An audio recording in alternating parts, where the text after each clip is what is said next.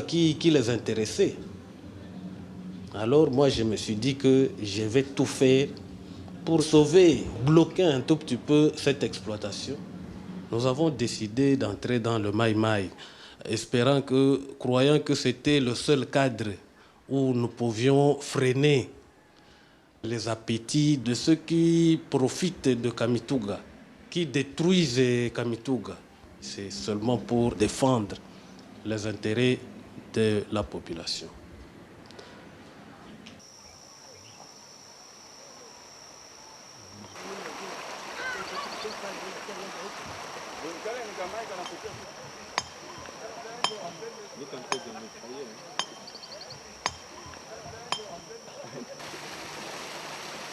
La mine était noyée.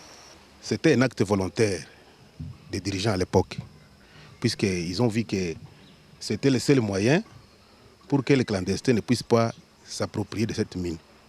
Les réserves sont encore importantes et nous espérons que ça puisse reprendre pour l'intérêt de la population et l'intérêt du pays.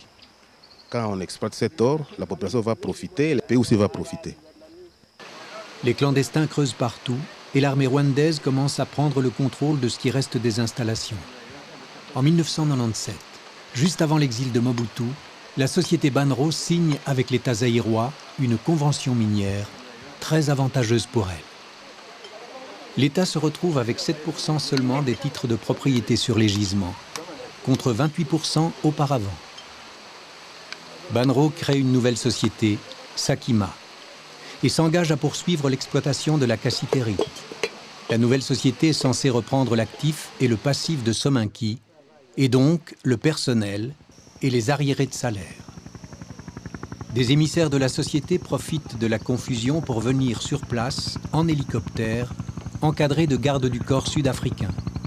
Ils s'emparent de toutes les cartes géologiques et d'échantillons de minerais. Ces actes révoltent la population. En juillet 1998, un an après son arrivée au pouvoir, le nouveau président congolais, Laurent Désiré Kabila, sans mise en demeure préalable, dénonce l'accord conclu avec Banro pour irrégularité dans la liquidation de l'ancienne société Sominki.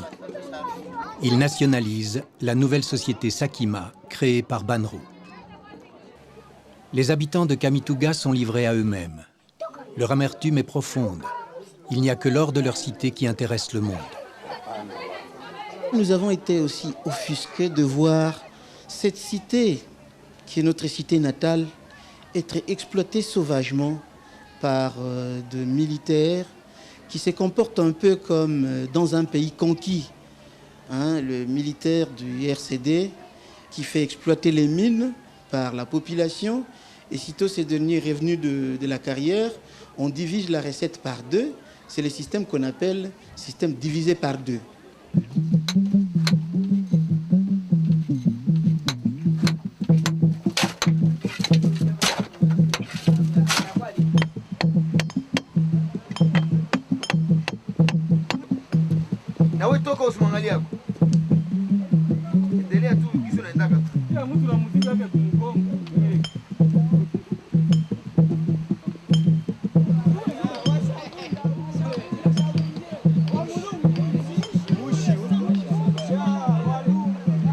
Oui, des enfants, beaucoup. Il y en a qui ont cessé d'aller à l'école et qui sont là-bas. La quasi-majorité des écoles diminuent les effectifs du jour au lendemain à cause de ce trafic artisanal.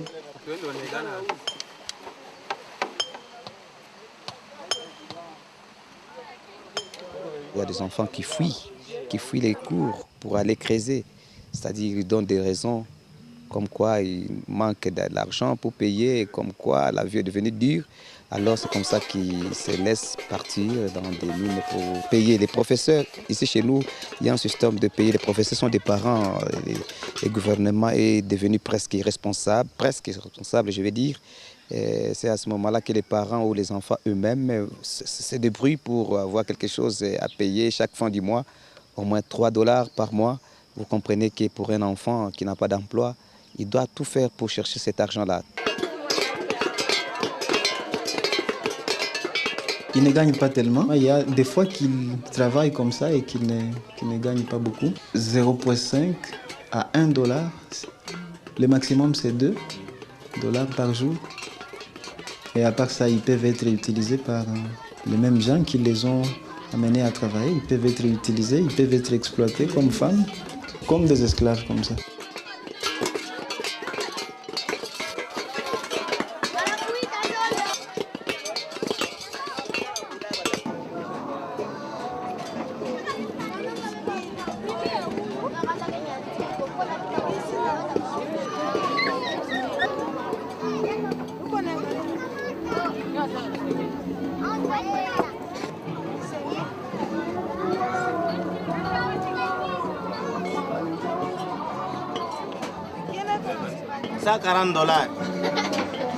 Ça coûte $140. En francs congolais, j'ai payé au moins 1245 francs congolais. Donc on fait les transferts lundi, on fait encore les transferts mercredi, on fait encore les transferts vendredi.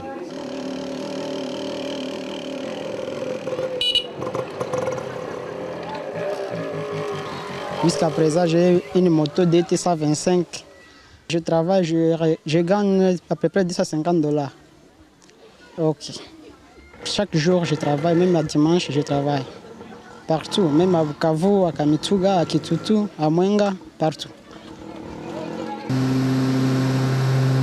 Du site minier jusqu'à la piste d'aviation, l'or est transporté à moto et ensuite par petits porteurs.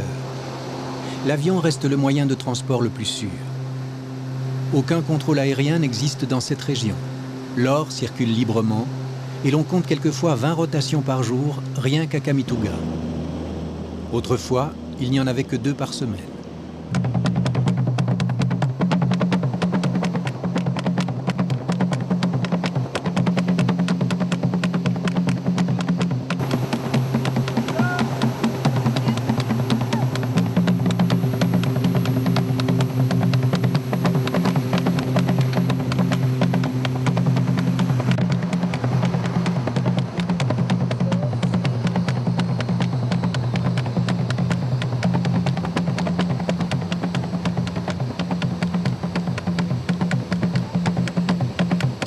La sécurité? Oui. Quelle sécurité? On ne peut pas vous voler? Non, on ne peut pas me voler. Et si une fois on vole, donc c'est une malchance. Oui. Ouais. Si une fois on vole, donc c'est une malchance. Ça, mais normalement, ça va. Quand même, ça va parce que la sécurité, là, les militaires sont là, les policiers. Dès septembre 1998, Banro conteste la nationalisation. À l'issue de 2 ans de procédure infructueuse devant une instance internationale d'arbitrage, Banro porte l'affaire devant la Cour fédérale des États-Unis à Washington. Invoquant un vice de procédure, Banro réclame $1 milliard à l'État zaïrois. À l'époque, le gouvernement congolais est en situation de faiblesse. Le président Kabila a congédié ses conseillers rwandais. La deuxième guerre du Congo se déclenche le 2 août 1998. Chassés du pays, les Rwandais reviennent au Kivu à la tête de troupes combattantes. Alors que la guerre s'enlise, le 16 janvier 2001, le président Kabila est assassiné.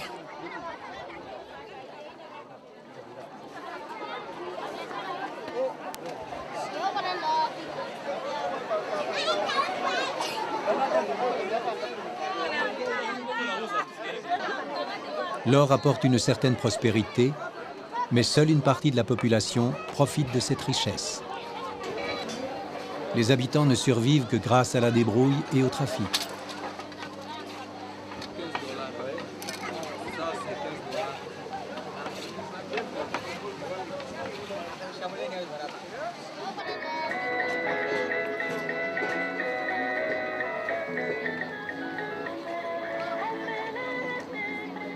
Dire que la population tire profit, je ne pense pas.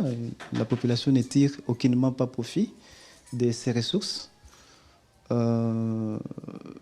Surtout dans les 5 dernières années, avec la guerre, tout le monde sait que c'est le Rwanda qui avait envahi les pays. Et les coltans, l'or et tout ça, ça prenait une destination obscure. Lorsque la Somenki elle-même exploitait l'or à Kamituga, c'est sûr et certain que c'était de l'or qui suivait la voie légale. C'est-à-dire qu'il fallait vendre, le gouvernement devrait savoir quelle était la destination de cet or-là.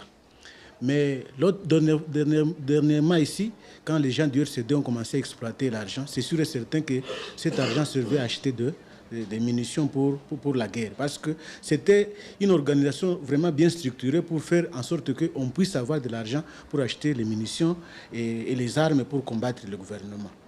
Et nous pensons même que, même aujourd'hui, si cette exploitation continue, ça peut toujours continuer à alimenter la situation que nous connaissons aujourd'hui parce qu'on vient de dire qu'il y a peut-être une troisième guerre qui a tendance à se préparer sur le terrain. Et alors on se dit, si on continue à exploiter encore à Kamituga et que le pays, semble-t-il, a été réunifié, où va cet argent?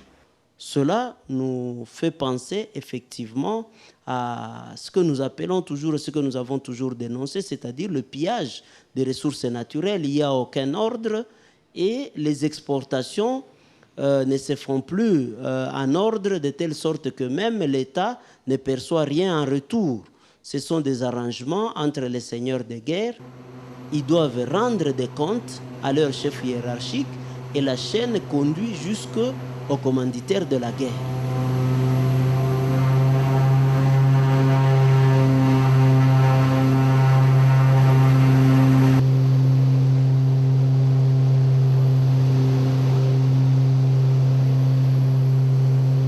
Pendant ce temps, ces mêmes militaires se comportent en seigneurs et s'autorisent tout.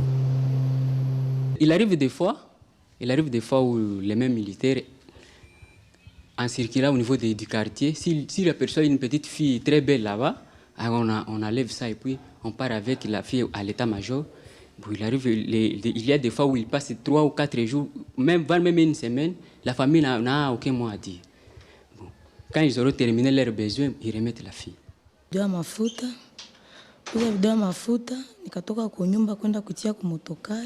Elle vient d'expliquer dans quelle situation il a été victime. C'était vers 19h et il voulait voyager de Bunyakiri à Bukavu. Et c'est là que le militaire l'a surpris. C'était sur la route. Et elle a opposé une résistance.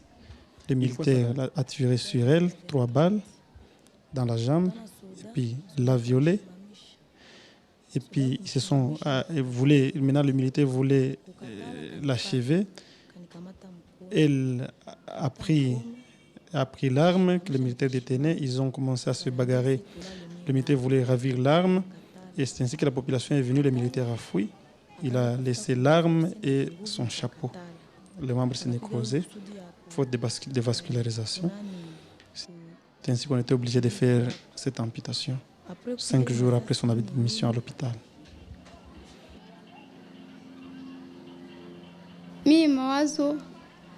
C'était la nuit, les Interahamwe, les ex-militaires rwandais sont entrés dans leur maison.